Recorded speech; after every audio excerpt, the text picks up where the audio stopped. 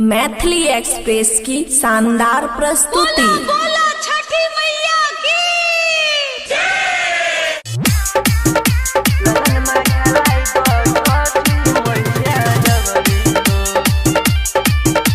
खुशी recording studio बलुआहा। बाबू होला तोहरा ऑर्डर पर ललन में खेले दमाई चौदर पर बाबू होला तोहरा ऑर्डर पर ललन में खेले दमाई चौदर पर हमर सपना साकार माई कर दी हो हमर मजनवा करे तो से अर्जी हो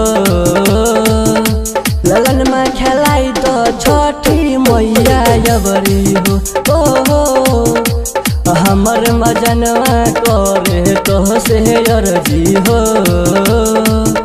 ललन में खेलाई तो छठी मैया अबरी हो।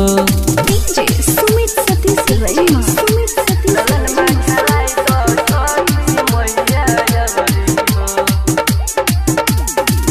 फाट सकल सरिया नाम हटा द बजनिया यही से मैया नाम हमर कहै छै लोग बजनिया